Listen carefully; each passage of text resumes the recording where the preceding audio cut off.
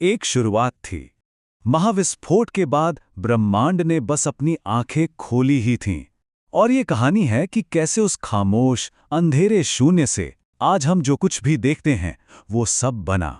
Big bang के बाद ब्रह्मांड मानो एक बहुत गहरी और ठंडी नींद में चला गया था। इस दौर को कहते हैं कॉस्मिक डार्क एजेस, यानी ब्रह्मांडीय अंधकार युग। सोचिए, न कोई तारा, न कोई आकाशगंगा, सिर्फ घना अंधेरा और खामोशी, अरबों खरबों मील तक। तो चलिए इस अंधेरे दौर में थोड़ा और गहराई से झांकते हैं। एक ऐसा समय जब कैनवास तो था, पर उस पर कोई रंग भरने वाला नहीं था। बिग बैंग के करीब करीब 3,80,000 साल बाद एक धुंधली सी रोशनी तो थी, जिसे हम कॉस्मिक माइक्रोवेव बैकग्राउंड कहते हैं। ये बिग बैंग की एक तरह की गूंज थी, एक पुरानी याद, पर नई रोशनी पैदा करने वाला कोई नहीं था। और ये करोड़ों साल तक ऐसा ही रहा। तो फिर था क्या? सिर्फ गैस के विशाल ठंडे बादल, हाइड्रोजन और हीलियम। यही वो कच्चा माल था, वो बिल्डिंग ब्लॉक्स जिनसे भविष्य के सितारे और आकाशगंगाएं बनने वाले थे।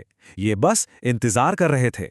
लेकिन सबसे जरूरी बात यह थी कि ब्रह्मांड पूरी तरह से एक जैसा, यानी यूनिफॉर्म नहीं था। इसमें बहुत ही छोटी छोटी, लगभग ना दिखने वाली घनत्व की लहरें थीं। यही वो नन्हे बीज थे जिनसे आकाशगंगाओं के विशाल जंगल उगने वाले थे।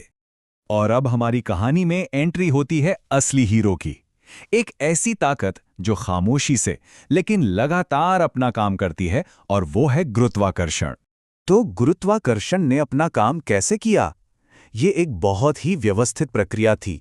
सबसे पहले उन छोटी छोटी लहरों ने गैस को अपनी ओर खींचा और छोटे छोटे झुंड बनाए। फिर ये छोटे झुंड आपस में मिलकर बड़े झुंड बन गए, और आखिर में गुरुत्वाकर्षण ने इन बड़े झुंडों को खींचकर विशाल धागों जैसी संरचनाओं में बदल दिया, जिसे हम आज कॉस्मिक वेब कहते हैं। लेकिन एक मिनट, ये गुरुत्वाकर्षण काम किस पर कर रहा था? देखिए, ये बात हैरान करने वाली है कि तारे, ग्रह और हम सब, यानी वो पदार्थ जिसे हम देख सकते हैं, वो पूरे ब्रह्मांड का सिर्फ 5% है। असली खिलाड़ी तो कोई और है, डार्क मैटर, जो 27% है। एक ऐसा रहस्यमयी पदार्थ जो रोशनी से कोई लेना देना नहीं रखता। इसे ऐसे समझिए, डार्क मैटर ने एक अदृश्य ढांचा बनाया, जैसे किसी बड़ी इमारत को बनाने से पहले एक मचान तैयार किया जाता है। फिर इसी अदृश्य मचान पर हमारी साधारण गैस गुरुत्वाकर्षण की वजह से जमा होने लगी, और बस यहीं से आकाशगंगाओं के बनने की नींव रखी गई। तो अब गैस के ये घने बादल उस अदृश्य मचान पर जमा हो चुके थे। करोड़ों साल का अंधेरा अब टूटने की कगार पर था। वो पल आ रहा था जब ब्रह्मांड पहली बार खुद अपनी रोशनी से जगमगाने वाला था। करोड़ों साल के इंतजार और घने अंधेरे के बाद आखिर वो पहली रोशनी कब जली? जैसे जैसे गुरुत्वाकर्षण उन गैस के बादलों को और ज्यादा दबाता गया, उनका केंद्र गर्म होता गया, गर्म और गर्म। और जब ये तापमान 10 मिलियन डिग्री सेल्सियस तक पहुंच गया, तो एक रोशनी का धमाका हुआ।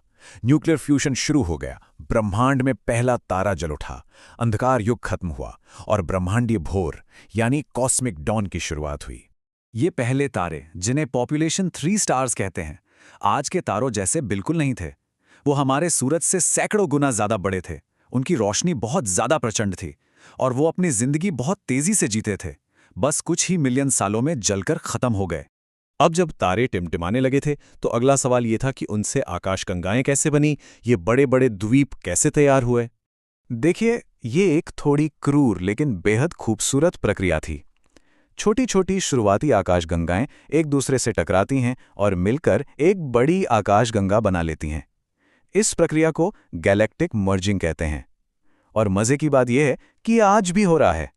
हमारी अपनी मिल्की वे ने भी अपने इतिहास में दर्जनों छोटी आकाशगंगाओं को निगल लिया है। किसी भी आकाशगंगा का आकार उसके अतीत की कहानी बताता है। हमारी मिल्की वे जैसी सर्पिल यानी स्पाइरल आकाशगंगाएं तब बनती हैं जब गैस धीरे धीरे और व्यवस्थित तरीके से जमा होती है।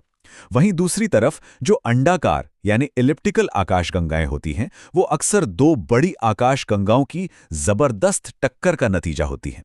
एक तरह से वो आकाशगंगाओं का कब्रिस्तान होती हैं। तो ये इतनी पुरानी, इतनी विशाल कहानी, इसका हमसे क्या लेना देना है? ये हमसे कैसे जुड़ती है? जब वो पहले विशाल तारे मरे, तो उन्होंने सुपरनोवा नाम के जबरदस्त विस्फोट किए। इन धमाकों ने ब्रह्मांड में कार्बन, ऑक्सीजन, लोहा जैसे भारी तत्व बिखेर दिए। वही तत्व जो ग्रहों को बनाने और जीवन को जन्म देने के लिए बेहद जरूरी हैं। ये एक बहुत ही गहरा सच है। तारों और ग्रहों की हर नई पीढ़ी अपनी पिछली पीढ़ी की राख पर ही बनती है। हम सभी सचमुच में सितारों की धूल से बने हैं। तो आखिर में सिर्फ थोड़ी सी गैस, बहुत सारे समय और गुरुत्वाकर्षण के नियमों से ब्रह्मांड ने लगभग 2 ट्रिलियन यानी 20 खरब आकाशगंगाएं बना डाली, और हर एक में अरबों खरबों तारे। और उन अनगिनत आकाशगंगाओं में से किसी एक में, एक छोटे से नीले ग्रह पर, एक प्रजाति ने ऊपर आसमान की तरफ देखा और सवाल पूछना शुरू कर दिया। सवाल कि ये सब क्या है, ये कैसे बना? शायद असली चमत्कार ये नहीं है कि ब्रह्मांड बना, बल्कि ये है कि हम उसे समझने की कोशिश कर रहे हैं।